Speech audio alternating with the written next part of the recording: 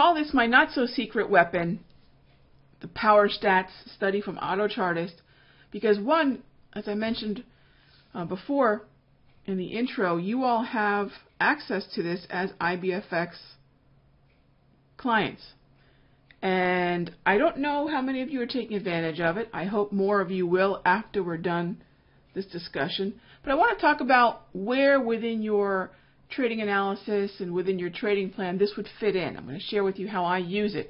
And we're only going to be talking about a very specific aspect of this platform. There's a number of ways you can get the data that I'm going to be sharing with you. We're actually going to be specifically talking about the volatility analysis, which is down in here. This is specifically what I'm going to be talking about. Now, obviously, you have a number of things you can use within AutoChartist, from the chart patterns to performance to, there's a number of things here. We could probably spend the better part of a week every day for about an hour talking about what this platform can do, but for the sake of simplicity and for the sake of you being able to put this to work as soon as possible, we're going to start with the volatility. And it's probably the one that I use the most because, frankly, if I am fairly aware of the touch points and support and resistance levels on a chart, I can find chart patterns with relative ease. I'm sure many of you can too. Support and resistance levels, same thing.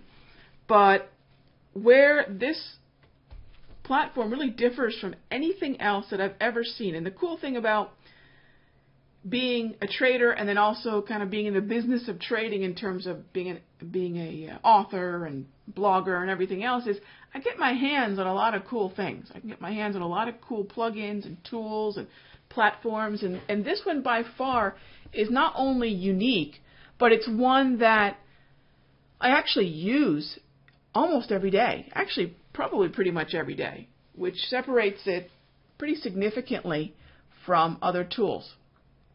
So if you log into your AutoChartist, and I would recommend everyone find where in the world they are and on this list, and make sure that the times are representative of your time zone. That makes life a whole lot easier.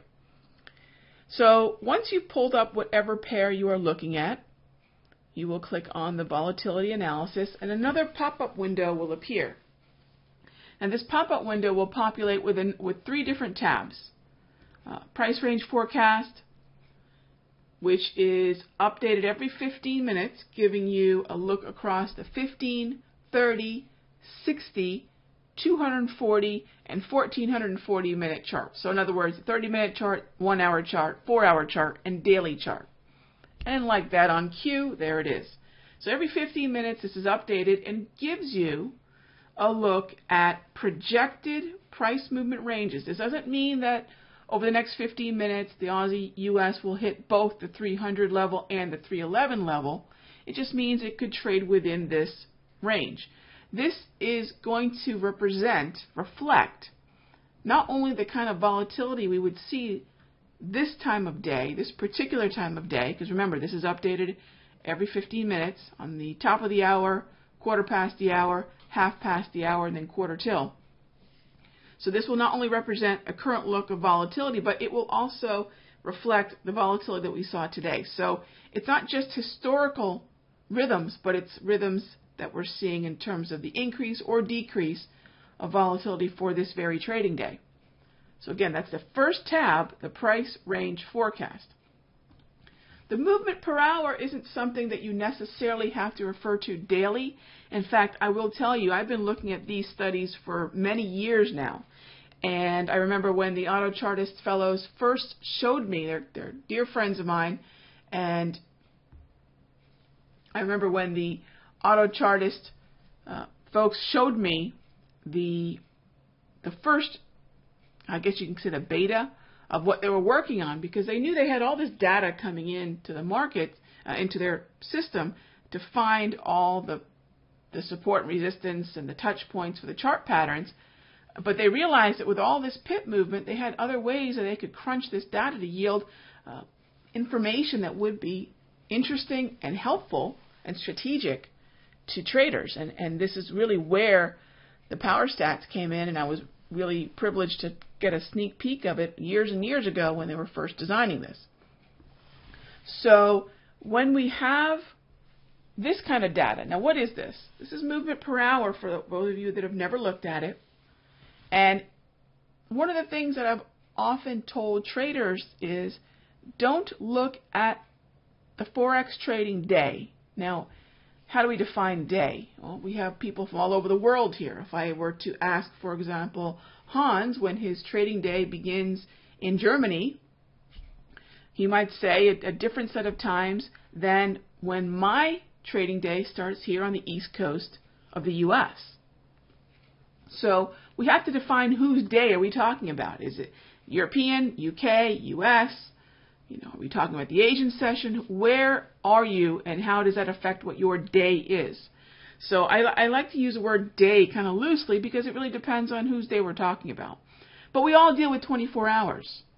And not all those 24 hours behave the same. Not all 24 hours are created equal. In fact, one of the biggest mistakes, and let's just, for sake of nothing else but to change the view here, let's bring up another pair. Let's talk about the Euro-US, which has just been rocking today.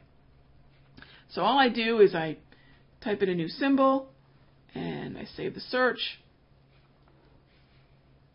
And I will tell you, just as a tip, okay, depending upon your platform, if you're working off your laptop, like I sometimes will be if I'm on the road, if you're working off your PC, and if you don't have a lot of memory on your PC, I would highly recommend that you basically stick with maybe just a couple different searches. Don't create too many searches simultaneously. It will bog your system down. It will eat up a lot of your memory. So really it depends on your computer setup. I know people that are operating on Windows 7 with upwards of 6 gigs of memory, and I know people who are working on a laptop with maybe 2 to 4. So be cognizant of your equipment and know where the red line is for what your computer is capable of. So what I would recommend is you go ahead and look at whatever it is you want to look at. So like I said, we're going to type in the Euro-US dollar here. We'll add that in and save that search.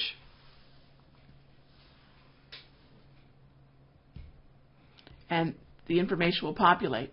Now, I want to mention that this is the web-based version of the Power Stats that we're using here. I will show you what it looks like overlaid on your charts. I'll show you that momentarily because that's another great way to put some significant support or resistance levels, some decision levels on your charts themselves to get an idea of where price action could accelerate through or reverse at. So let's look at the movement per hour on the Euro-US.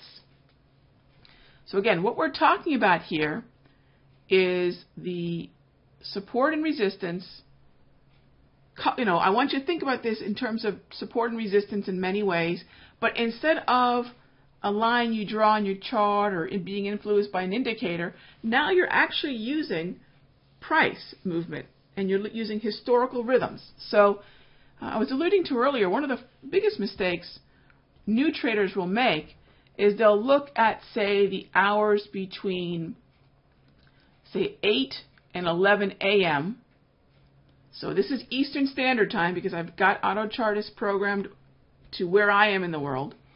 So basically with the New York Open going into essentially the European close, they'll look at the hours between, say, 8 and 11 with the same expectation for price movement as they would 8 to 11 p.m. So I want you to think about something. 8 to 11 a.m. Eastern Standard Time. So again, the opening of the U.S. session to essentially the close of the European. Comparing that, what are you looking at here? Who's involved?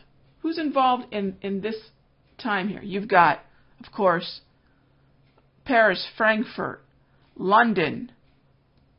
You've got the U.S. all at work in this area. They're all overlapping. It is really the prime time hours for Forex. Now compare that with the Asian session. Now, in the Asian session, you'll have Sydney, Auckland, Tokyo, Hong Kong. They're all open and active, right? But in terms of price movement ranges and volatility, and even just daily turnover, it falls second to the U.S., and the U.S. falls a distant second to what happens in Europe and the UK. So if you ever do take a look at the Bank of International Settlements, the BIS data, you'll see that there are certain cities, certain financial centers that are creating a bulk of the daily turnover. That's pretty much Forex 101, right? But it's not a matter of knowing that that's what they do for the day. When then are the most volatile times of day? Because this not only affects the way in which you look for different support and resistance levels on your chart to be reacted to. For example, if you have a near-term support and resistance level that is within, think about this for a moment. On your chart, if you have support and resistance levels that are within the average of about 25 pips per hour to about 32, there's a pretty good chance those levels are in play. But if they're beyond, say, 47, 48 pips per hour, they may not be near term in play. In other words, what's the proximity of these lines and levels that you have on your chart? We can draw all sorts of lines and levels, chart patterns, we could use indicators, but understanding when it could be in play, which simply means when could prices actually reach these levels? This price movement range information by the hour will give you an idea of when the volatility could increase and when some of your further out decision levels, your support, your resistance, your trend lines, maybe you're using pivots or Fibonacci, whatever it is, how likely is price to reach that level? This gives you a pretty good idea. Now think of it also in terms of your follow-through, whether that be against you in terms of risk or whether that be in your favor in terms of reward. If you are trading the Euro-US dollar during this prime time, these prime time hours, basically about 8 a.m. to about 11:30 a.m. Eastern,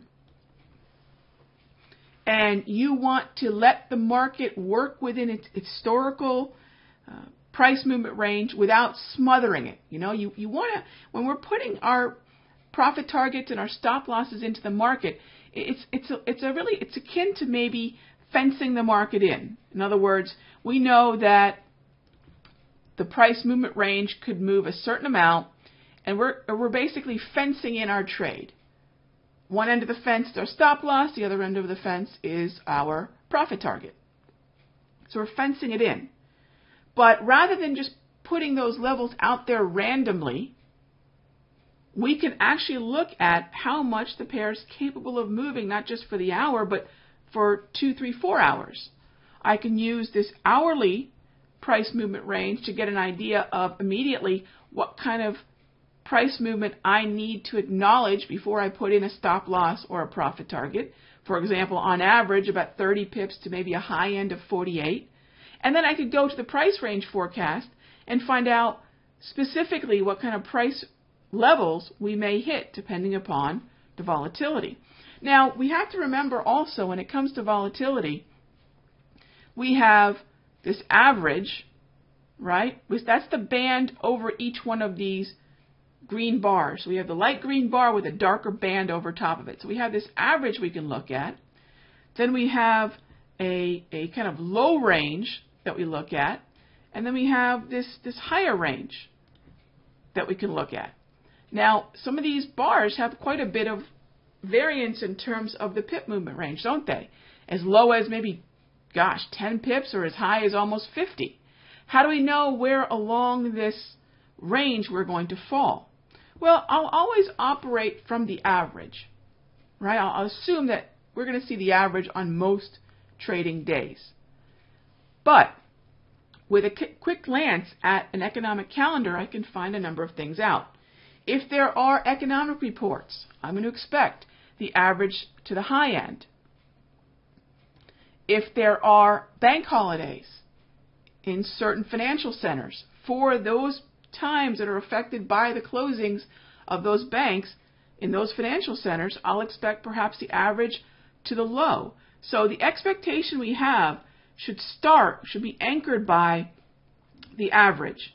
But whether or not you expect it to be to the high end or to the low end really does boil down to economic reports and bank holidays,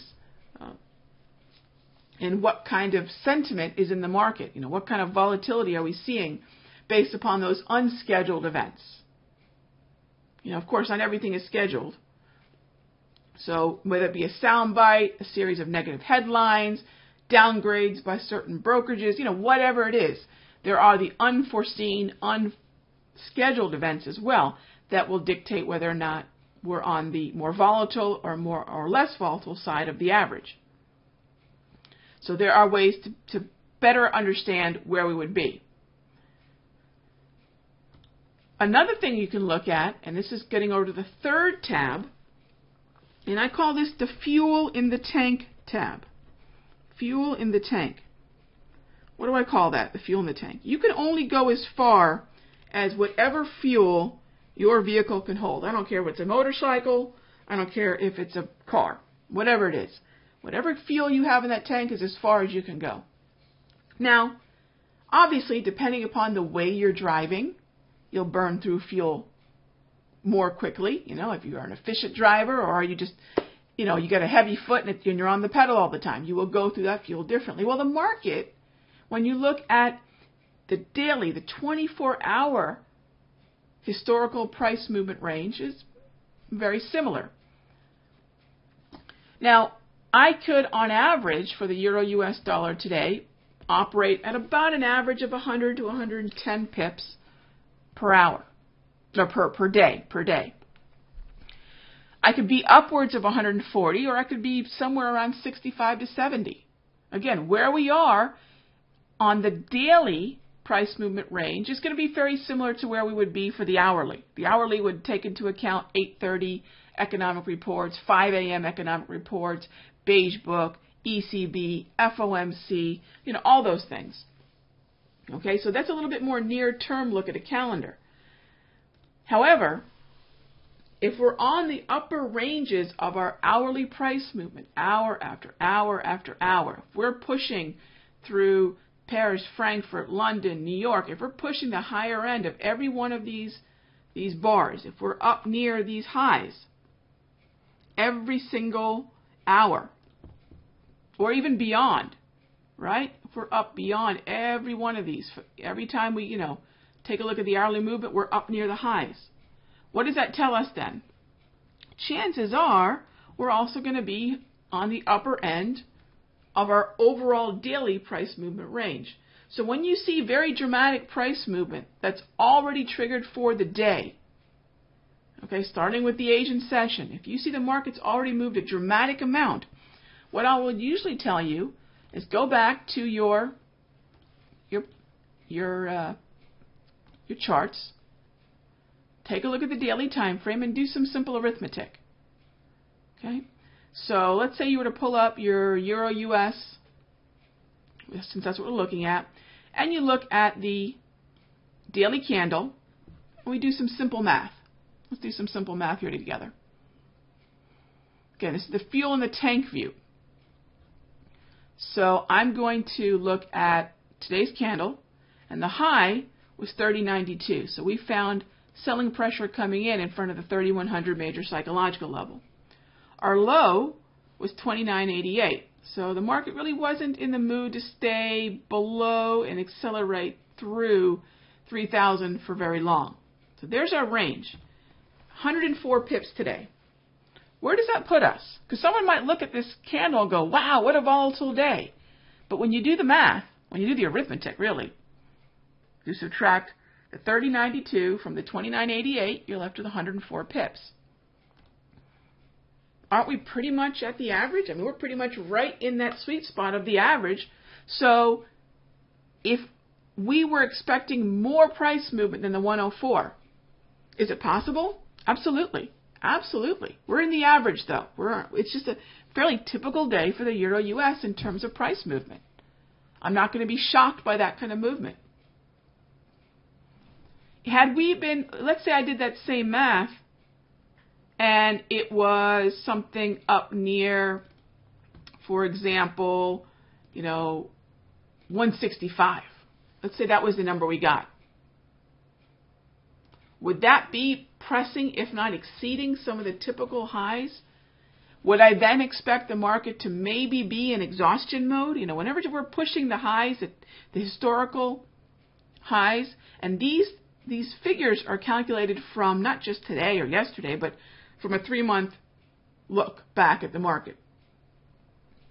So if I'm pushing, and this number is specific to the Euro-US over the course of the last 3 months. This number could be very different 3 months from now, and it will be very different depending upon what I'm looking at in terms of a pair.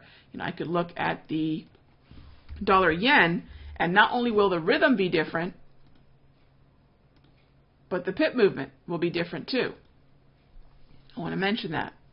So after I've done the math, I can get a pretty clear idea of whether or not the daily pip movement range is suggesting that there is more fuel in the tank, or the market's pretty much working at an average, or is it really exhausted? Is it just been flooring it for too long and it's likely going to then now stick within that range?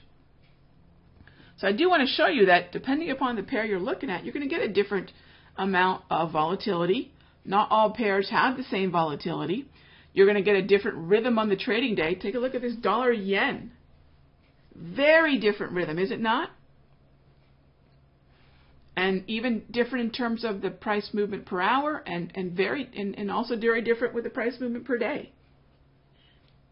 So you're going to have to acquaint yourself with this kind of information for each pair that you look at.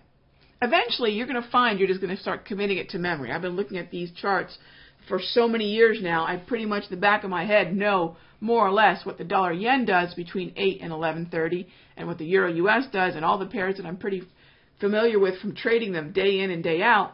I have a pretty good feeling for it because I've looked at this data so much. I would recommend in the very beginning, one, you either keep this window up, or you print a number of these images out just so you have some guidelines. In the very beginning, I used to put these on index cards.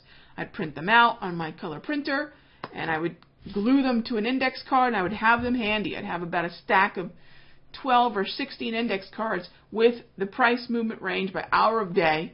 Granted, they might change a little bit, but the rhythm is pretty much the same, and I would have this in front of me. So I could take that index card out, take a look at it, and after years of doing that, I've pretty much committed it to memory.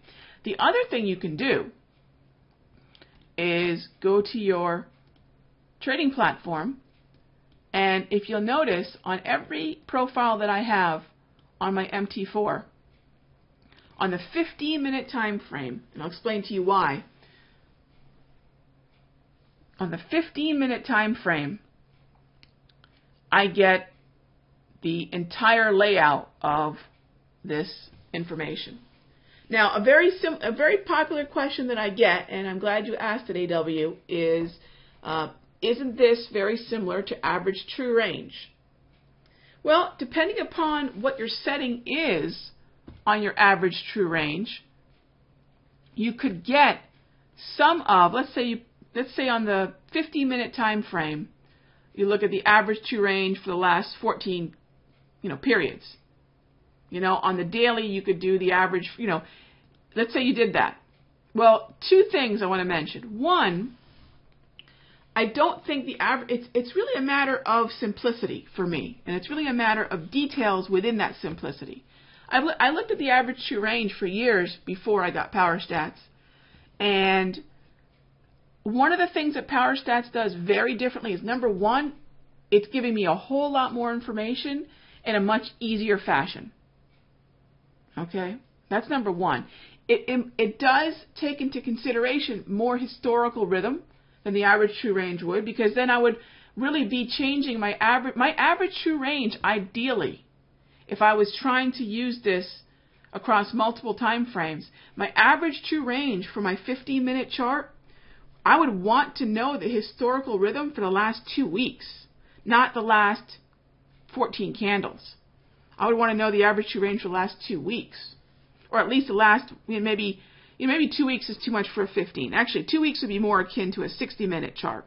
For a 15-minute chart, at least a minimum of 3 days to about 5 days. I want to understand the rhythm over the course of that much time. So I find the average true range a little bit more near term, while the price movement range from AutoChartist gives me the near term and the longer term. And, just for the sake of comparison, I'm never going to say one tool is easier or better. I shouldn't say easier. All that is very subjective, right? So the best thing I can do is just, here's both the tools. You guys tell me what gives you more insight into price movement range. I have the AutoChartist running here with the power stats, and I've got the next 15-minute high and low, 30-minute, 60-minute, 240, and the daily. So I've got all those daily price ranges right on my chart.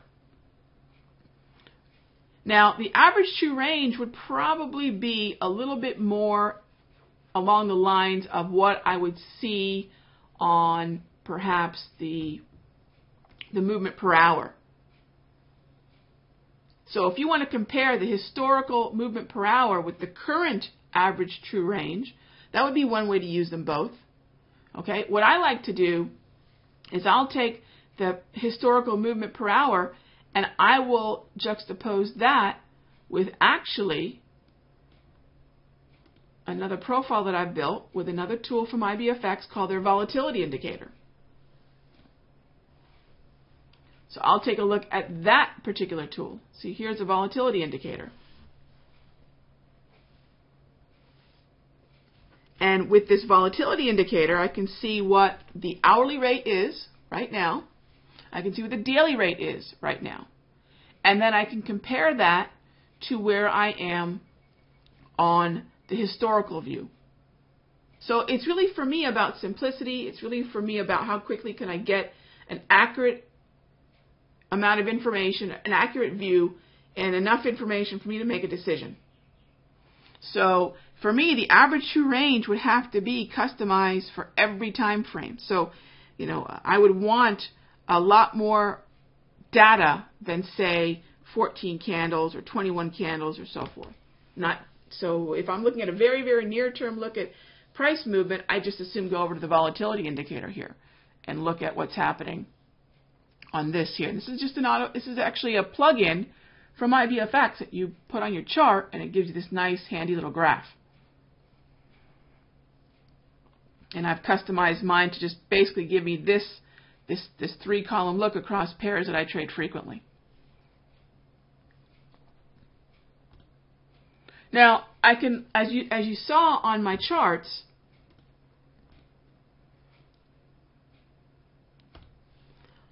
we looked at the Euro US, and here's the dollar yen. As you looked at my charts, every 15-minute time frame has the power stats. So as soon as I look at that profile, and once the AutoChartist plugin populates the data, I can see the projected price movement for 15, 30, 60, 240, and daily. So I don't always have to go back to this view, although it is very handy, because this gives me a number of pips, right, very simply. And if I'm dealing with, for example, an 8:30 economic release, and I want to trade the dollar yen, I know the volatility could be extremely high, and I want to then be able to position my stop losses accordingly, my profit targets accordingly, and get an idea of how much volatility I could see at that moment. And so if you're trading, for example, the dollar yen, and here comes a 9 a.m. or 8:30 economic report or a 10 a.m. economic report, you've got to be ready for 30, 35 plus pips at that moment, for that candle. You've got to be ready for that kind of price movement jump. And you've got to ask yourself, what is within the path of those 30 to 35 pips?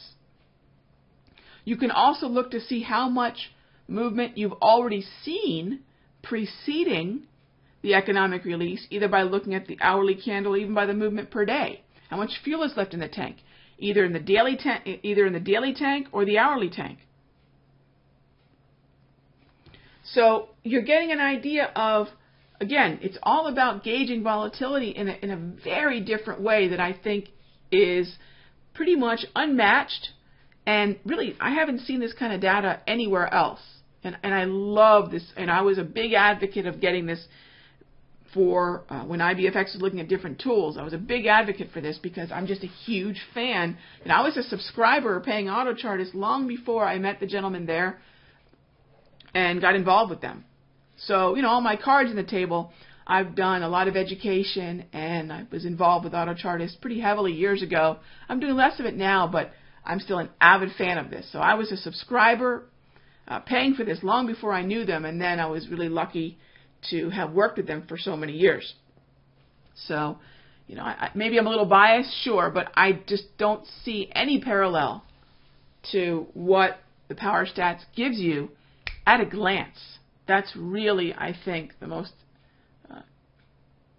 exciting part of it. So another thing I also recommend when it comes to Power Stats is sometimes you might be wandering into a pair that you haven't either traded in a very long time, or maybe you've never traded at all. You're saying to yourself, gosh, I really would like to trade for example, let's throw a kind of a semi-exotic out there. Let's say you wanted to trade the Kiwi yen. Something that you may not have traded either in a long time, or maybe you've just never traded it. And you say to yourself, well, there's a couple of things I can do to acquaint myself with this. I use, and I don't want to delve into it too much, but I'll use my 34 EMA wave. I'll use my grab candles to get an idea of the trend and the sentiment and the momentum in this market. Okay, I'll do that initially just to get an idea of what's going on. But then I want to get an idea of what the rhythm of this pair is like. What kind of risk, what kind of volatility, what can I expect in terms of follow-through? And that's where I think anyone using the Power Stats gets an incredible edge, because you get a much clearer idea of what this pair is capable of doing, and then you can build your trading plan in a much more accurate way, and even in many ways reflecting when it is you're trying to trade. So it's not just about knowing what this pair does through the course of 24 hours, but it's more even specifically about, am I trading this pair during the Asian session? Am I trading this pair during the European session, during the US session, during some sort of overlap? When does the volatility increase? When does it fall? That gives you a lot of insight into potentially when you could see your pending order get triggered, or your open order reach a profit target or a stop loss. So your timing aspect is much, much clearer. So once I pull the pair up, I go over to the volatility analysis. And, by then I could have also gone over to my volatility study within my platform and seen what the hourly and the daily rate is for this pair. So I'm not flying blind as to what the pair is already doing, right? And then I could look at the historical aspect of it, look at the movement per hour. So it's kind of similar to the dollar yen in that there are some peaks in the higher movement, the higher range of the movement. But for the most part, it's fairly consistent in terms of the average being somewhere between 15 and 25 throughout the day. So it's pretty consistent. You don't get a drop off like you saw. Most of your pairs that involve the yen will be pretty consistent throughout the 24 hours. Euro US, you saw there was a significant drop after the 11 o'clock bar. So after the 11:30 close, you saw a drop off. You saw how quiet the trading was through Asia. Here you'll see it's pretty consistent throughout the day. But there are certain times where I'm going to see a potential heightened, really above 35 pips per hour. So I want to be aware of that. When do those increases occur? When am I going to have to be ready for 30, 35 plus pips? Again, understanding when you're going to operate from the average to the low or the average to the high is a part of not just scheduled events, like what's on your economic calendar, but unscheduled. What's the sentiment? Is it heightened sentiment today? Something unscheduled occur? Again, statements from major banks, statements from obviously central banks, that could all change the complexion of the volatility. When I'm looking at this Kiwi yen, I got a pretty good idea that somewhere between 20 and 35 is going to be where I'll likely be operating from the average to the high end. If I'm going to put a stop loss in and profit targets in on a near-term trade, I'm going to want to operate within those expectations. If I have a target in terms of an entry, I should say an entry price, when that might execute, I could get an idea of if it's above 35 pips away, it may not happen for a little while, especially if the economic calendar is quiet. So I get a pretty good idea of what this pair is capable of doing and when it's most likely to be volatile or not so volatile. And this one's pretty steady. Okay, very steady. So when I go over to my Kiwi yen on my platform, I still have my 15-minute overlay of power stats that will give me an idea of what's going on. But ultimately what I have is the opportunity to get an idea of what kind of price movement I could see and what kind of risk tolerance I have to have. And that's another important point. You know, not all pairs are going to give you the same type of pip movement, obviously. So if you are a risk-averse trader, the Asian session and lower pip movement pairs might be a good place to start. If you're looking for volatility, you can search across the pairs looking for those higher volatility pairs. Also, your expectation for follow-through. You know, if you're putting a profit target way beyond the daily range or the hourly range, you have to be aware that you're probably going to have to hold on to that position. It's going to have to trend in your direction for longer. So again, you are not guessing at upside or downside targets. You've got a much more realistic viewpoint of how long it might take for a pair to get to where you're going and where you'd like it to go. And that's going to be a big part of the first tab here, this price range forecast.